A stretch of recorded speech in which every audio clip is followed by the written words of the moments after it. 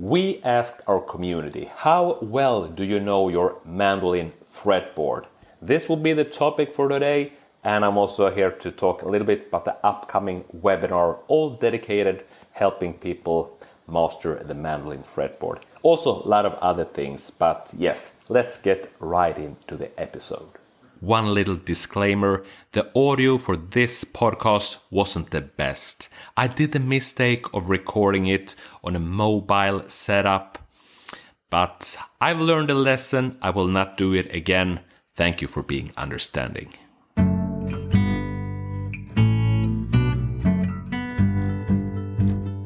Hey there, music makers. I'm Hayes Griffin. I'm Magnus Hayes.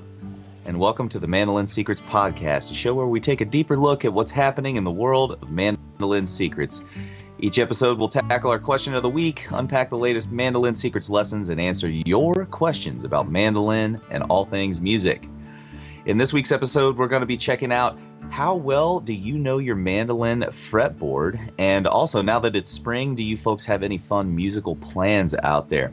But before we dive into this week's discussion, be sure you head to mandolinsecrets.com/podcast to sign up for reminders about our upcoming episodes. And just search Mandolin Secrets Podcast on your favorite podcast platform and subscribe there to get updates when we release a new episode. Magnus, what you got going on, though? Well, I think there's a few things going on. And first off, I think we haven't released a podcast episode since I visited you in Ohio. That's right? That's correct. Yeah. We've been busy doing a lot of other things, but we had such a good time when I was over there. Yeah, man, that was definitely the highlight of my winter for sure. Talking about it, I say over there. Do you have something like that over there being in Europe, or is only Europeans saying over there too? No. We say over there, yeah, for sure. You do that as well. Yeah, so that's funny. It goes both direction. Yeah, it's a two-way street, I think, over there. You know. Yeah, I love that. Yeah, and the questions we had to the community going to go in there, and also, as I mentioned, I have an upcoming webinar next Saturday. And it's all about how to master the mandolin fretboard, showing patterns and shapes connected to music theory. So if there's anyone listening that is interested about it, go check it out. You find information and you can get registered at the website. And the web address would be mandolinsecrets.com/webinar. You can learn more about it and get signed up. And talking about it, the question we asked to the community, what was the answers you got back from them? Yeah, it was kind of interesting. There were obviously some funny answers. You know, Dave out there says, pretty well. I know my mandolin fretboard pretty well. We've been out for beers a couple of times. Yeah. I thought that was great. But there were some maybe more serious answers that weren't so happy. You know, Ricky out there says, I don't really know it, but we've had words. I thought that was kind of funny. And then we've even got Darren out there, who's a Mandolin Secrets Academy and former graduate of Fretboard Success. Says, I graduated the Fretboard Success course in 2020. I know the mandolin fretboard, my mental fretboard in my noggin, thanks to Magnus and Hayes. So he's, I think Darren's still pretty excited about having taken the course. Yeah, that's awesome. And I'm glad here Darren brought up the mental fretboard, because that's also something we included in the program, Fretboard Success, to also learn how to kind of visualize the fretboard, because it's really an accelerator and a very good tool if you can. Well, it's one of these things that you get into once you start mapping up the fretboard, and you can get obsessed thinking about the shapes and the patterns. And, Absolutely. Do you remember when we had those women in the group, referring to the Queen's Gambit? Yes, exactly. Yeah, I think that that TV show was really popular for that run of the Fretboard Success, so it was very timely. Yeah, it was very timely. And also today I want to talk a little bit about being a traveling musician. And Hayes, what have you been up to for the last months, weeks, days? Yeah, man. So there's been a bit of traveling ever since right after you left Ohio, because that was second week of February. Yeah. I started preparing for this series of school assemblies that I was supposed to give up in Michigan. So it's from where I live, for the folks that don't know, that's about 5.5 hours away from where I live in Columbus, Ohio. So did a kind of a little mini tour in early March up in Michigan, came back, taught lessons, recorded some videos, and then I just went up to Grand Rapids again yesterday, or the day before yesterday, excuse me, and to play for some more school kids and stuff. So yeah, traveling has been happening more than it usually does for me. I logged a few, I would say, I think it was 20 hours in a car in the last month, just for music traveling. Yeah, I mean, and I had the same experience here. Well, the last weekend I played with a band, some guys here in town that I play with, and we had a 20-hour train ride. Well, 10-hour train ride, but doing it two ways in the same weekend. That's 20 hours on the train. And and I think for people listening, they can, if it can sound pretty extreme to do something like that. But what makes this even more extreme is the amount of music I played up there. Well, my performance list was 6 minutes of music. And we weren't allowed to pass the 6-minute threshold. So it was this. That's hilarious. That is hilarious. And yeah, you can start questioning it yourself, really. Absolutely. I mean, the irony of it is it wasn't quite as extreme as your trip. I had my ratio was better, we'll say. Yeah. I had, it was 5 hours one way. So the trip I took this week, the day before yesterday, 5 hours one way, 10 hours total round trip for 20 minutes of music. We should start measuring the ratio. I like the word you're using there. Because there should be some kind of rules. I'm not sure about the ratio, but at least wouldn't it be somehow fair for at least what would we say? At least 5 minutes of music for each hour traveled? Yeah, that's maybe, yeah. So I guess that would be because that means I get a 30-minute set or something, and you would get, that's close to an hour for your last, your last journey. Yeah. Well, yeah, it's funny, but I think I made it up at the jam sessions still. So I had a good time though. It was there was maybe still enough music played. It just wasn't on stage. No, there maybe, right? Yeah, exactly. And also, there is also actually one factor of this band that I'm with. It's as much, if not even more, but it is at least as much of a social thing that it is a musical thing. They're really nice guy. My former teacher, Totte Mattsson, and some good friends here in town. So that's great. And this band makes a really good excuse for us to get together. Yeah. Yeah. No, we always used to joke, kind of in better terms than I'm about to lay it out, but there are a number of reasons for doing a gig. You know what I mean? Like you've either got the money.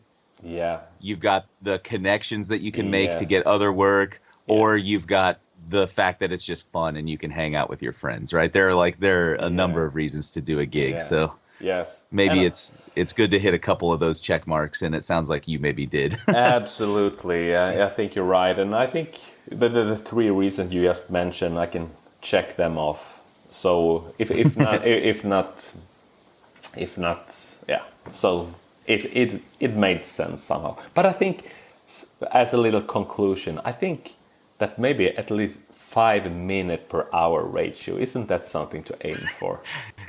I think you landed on a good number. I can get behind that one. Good.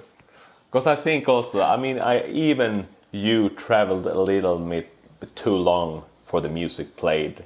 So that's why we gotta balance it. Oh. All right, with another question we asked the community is any fun musical... Hey, actually, before that question, I want to play back. We just released a new video lesson of DJANGOLOGY. And this lesson is special in that way that you and me recorded this one together when I was in Ohio. Absolutely. So, not playing back the whole lesson, of course, but I just playing me and Hayes playing through 2 choruses of this awesome tune by Django Reinhardt, Stefan Grappelli. So Hayes on the guitar to the right, it's me on the mandolin. So here's how it sounds. 1, 2, and 1, 2, 3, 4.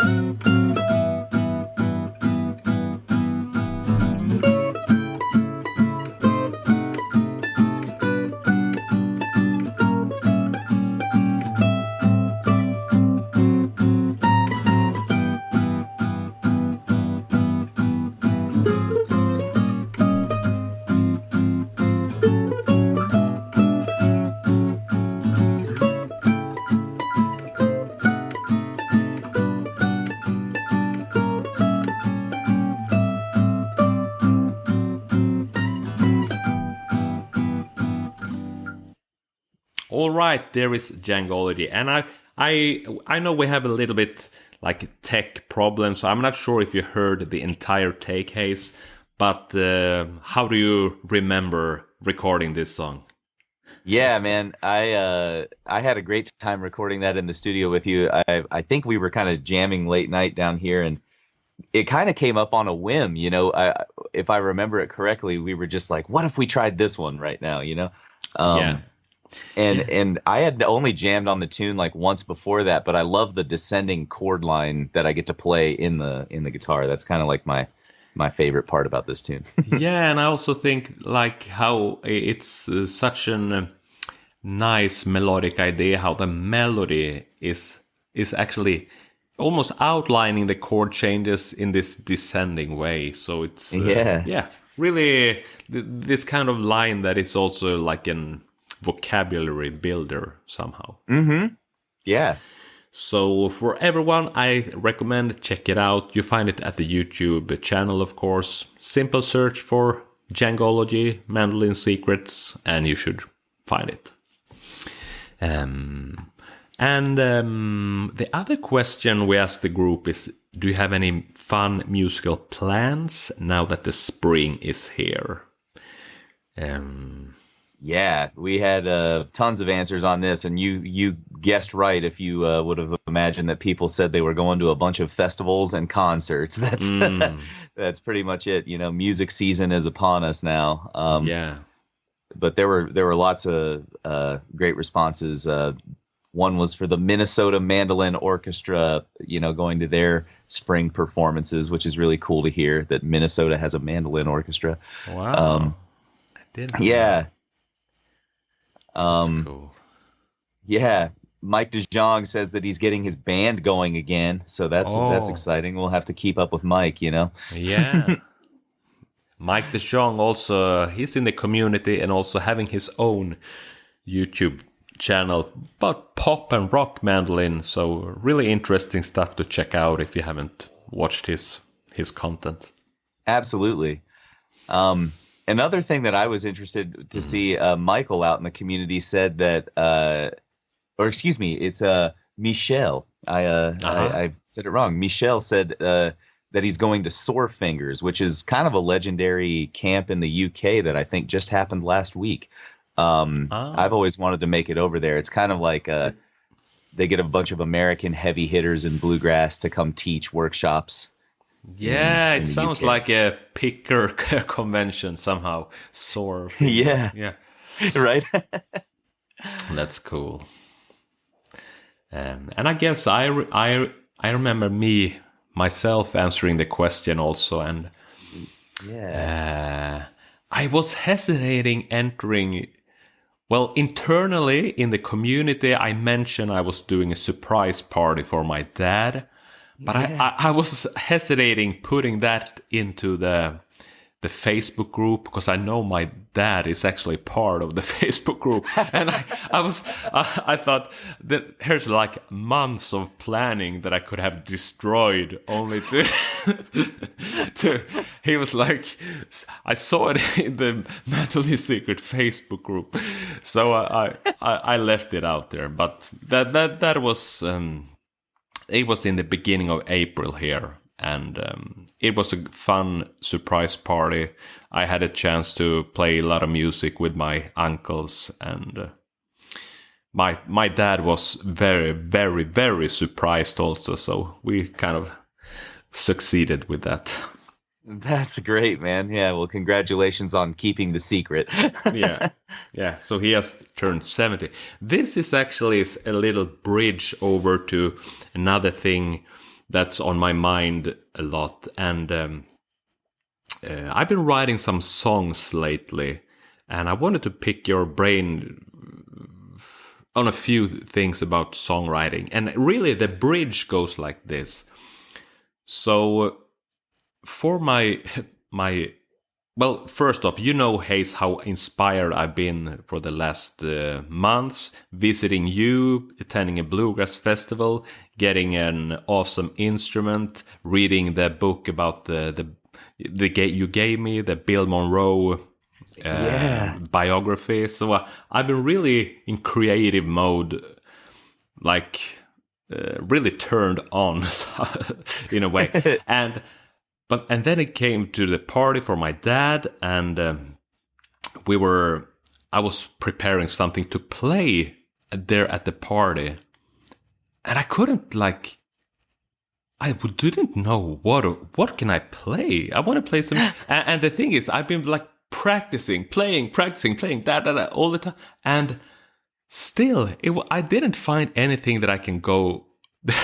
Because I mean, my dad wouldn't of course he appreciate me playing music, but he's not the guy that would appreciate a fiddle tune. Wouldn't like kick off Big Scioto. And here's the thing, my uncle would never know how to back me up on Big Scioto or Jangology. Yeah. And I could play those tunes solo by myself, but to kind of wrap things up, I mean, I kind of felt disappointed at myself somehow. Here I am, being into music like 24 hours a day. Still, when there's a time to play my dad something, I'm blank, sort of. Yeah. And I felt so and I realized I wished I had some songs that I could play for him. And so I kind of turned this in for an inspiration to writing a few songs with lyrics and all that. And so the last weeks, I've been writing 2 songs that I'm almost completed. And I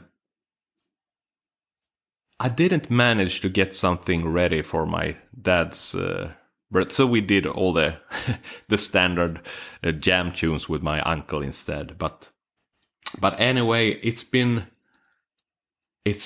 so much fun, actually, because it's years since I wrote a song. Yeah. And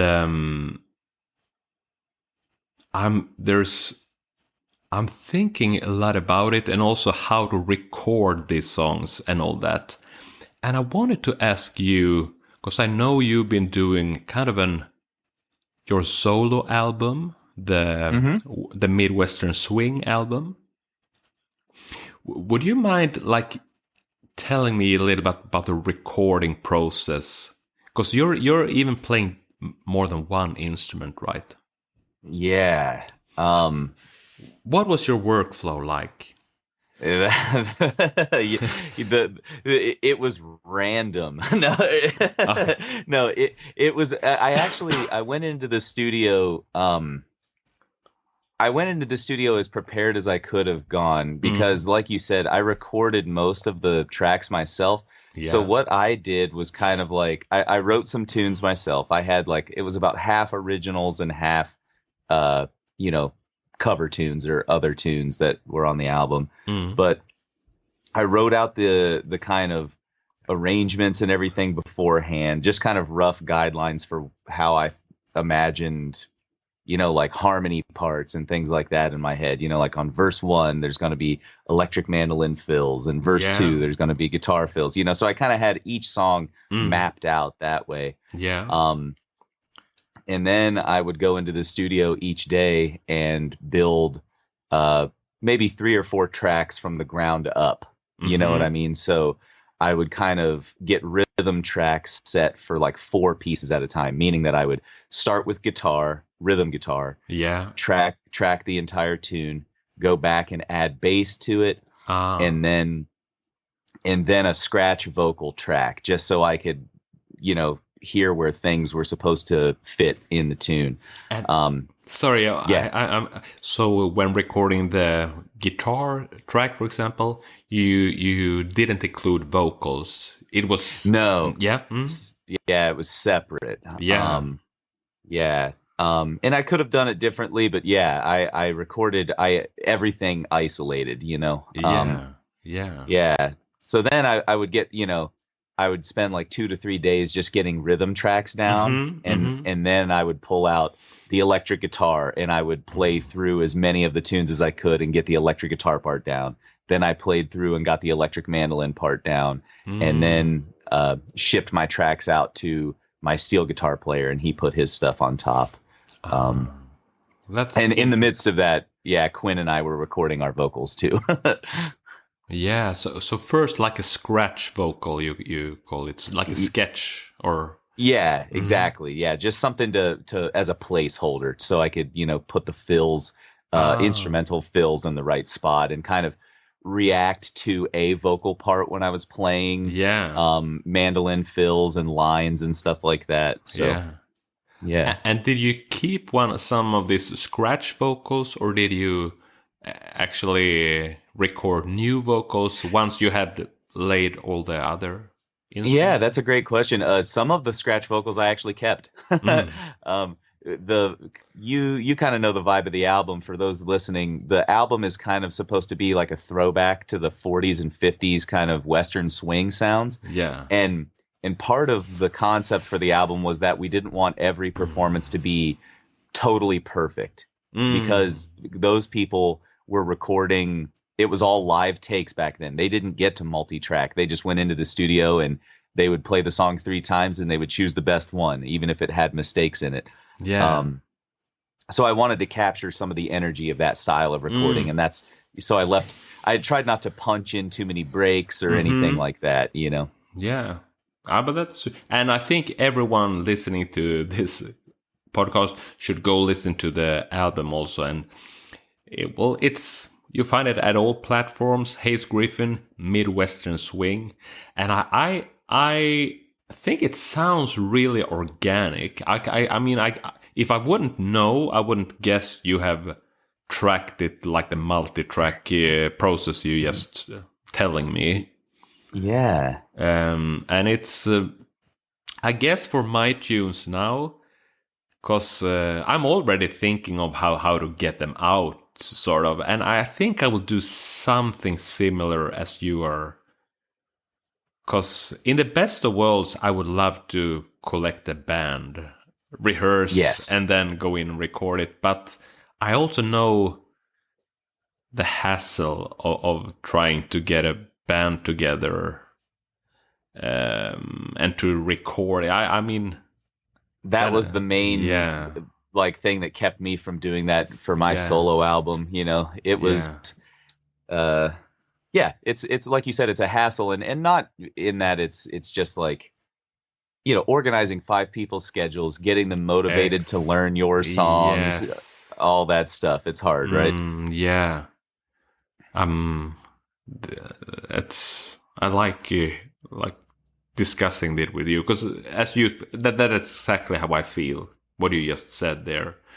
I think my energy is now actually better spent trying to record them myself and write another song. Yeah, that's honestly, man, that's exactly how I felt about Midwestern Swing. No joke. Like I was like, I've had this concept for 5 years. I had been sitting on that album concept for 5 years, and was like, I just need to do it. The band, it's never just gonna happen. No, I just have to do it. You know. Yeah. And like you said, I got the album out of the way, and then I was able to move on to other creative pursuits. You know. So that's a great mentality, I think. Just do it. Yeah.